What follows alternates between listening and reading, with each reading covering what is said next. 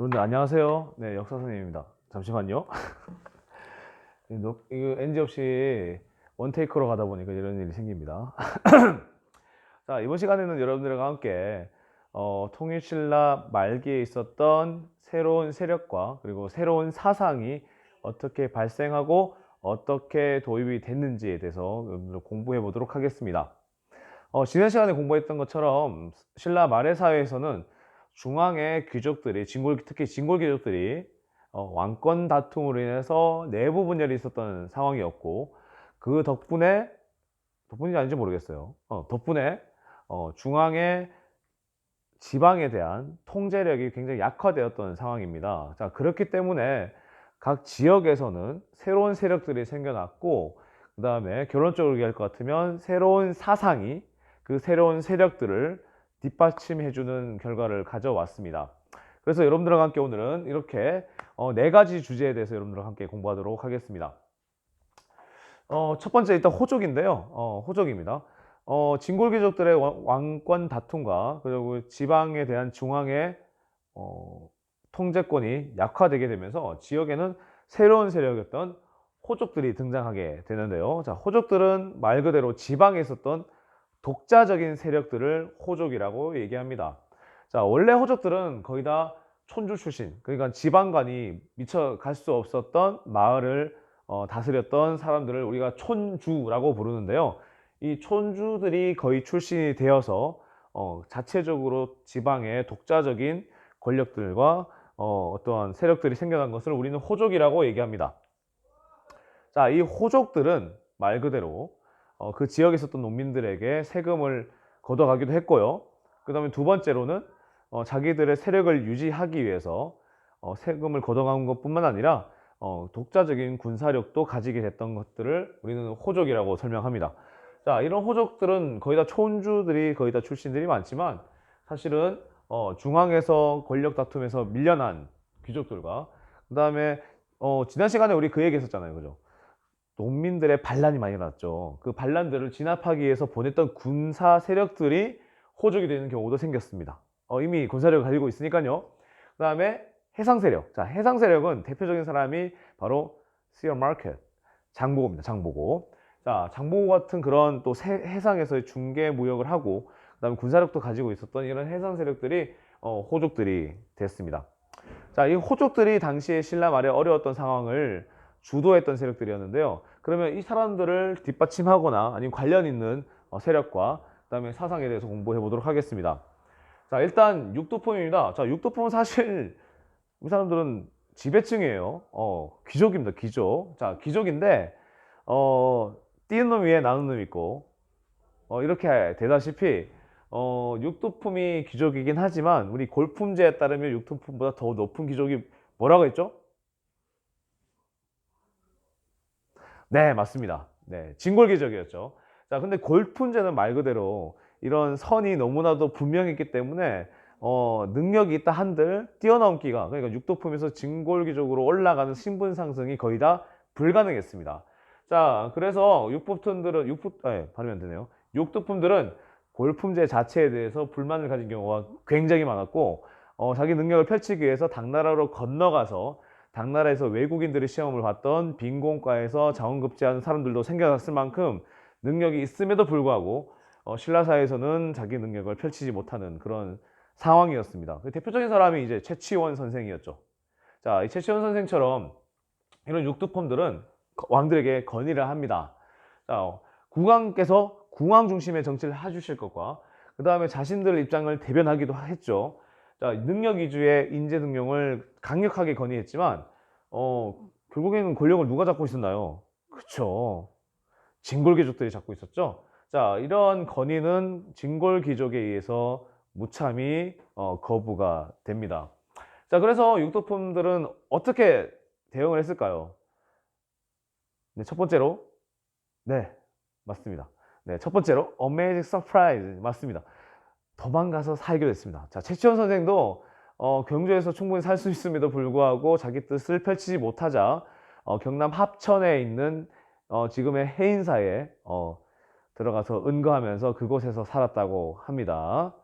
아닌 분들은 뭐 그냥 자기 현실에서 살았던 분들도 계시지만 이후에 이 골품제에 큰 불만을 품었던 이 육도품들은 이런 호족들에게 도움을 주기도 합니다.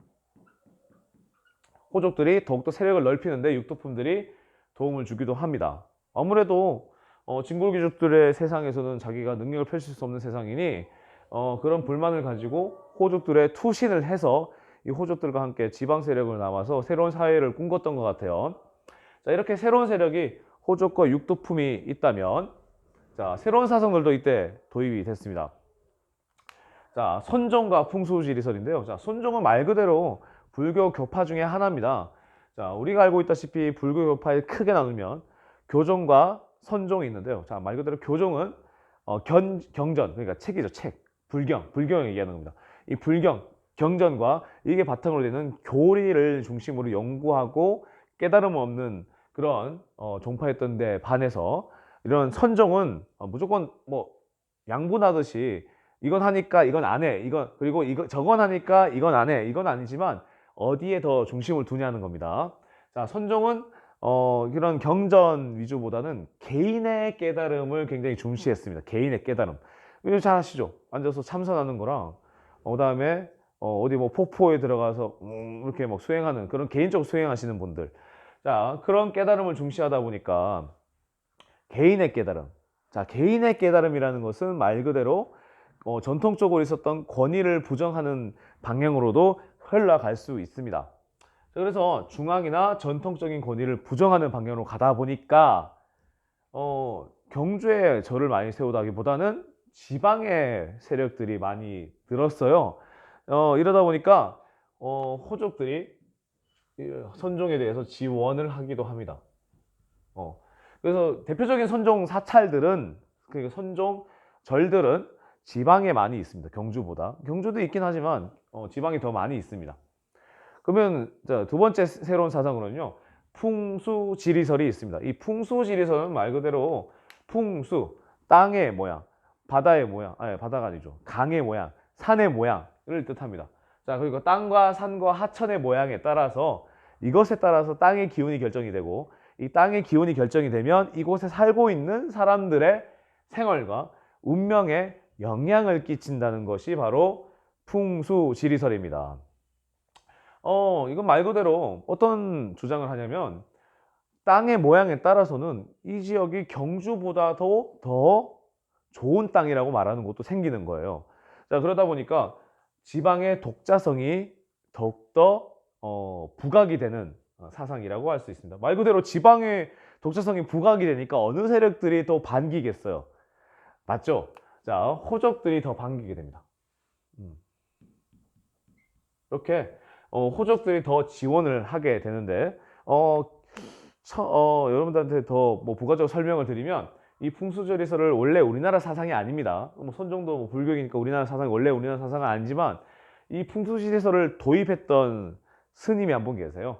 자, 그분은 바로 빨간색으로 쓰면 안 되겠죠?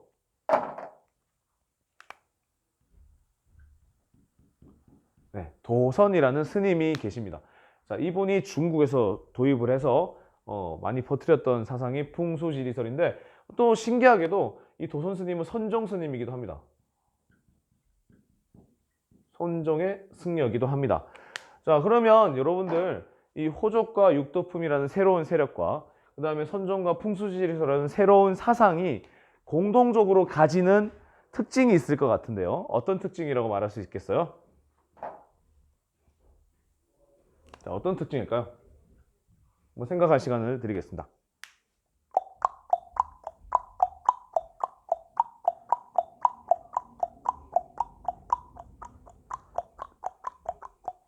땡! 자, 호족이나 육두품 그리고 선종과 풍수지리설은 당시 중앙에 있었던 신라와 중앙 전통 귀족들 그리고 전통 세력들과 모든 그 기준들을 벗어나는 체제로 흘러갔다는 겁니다.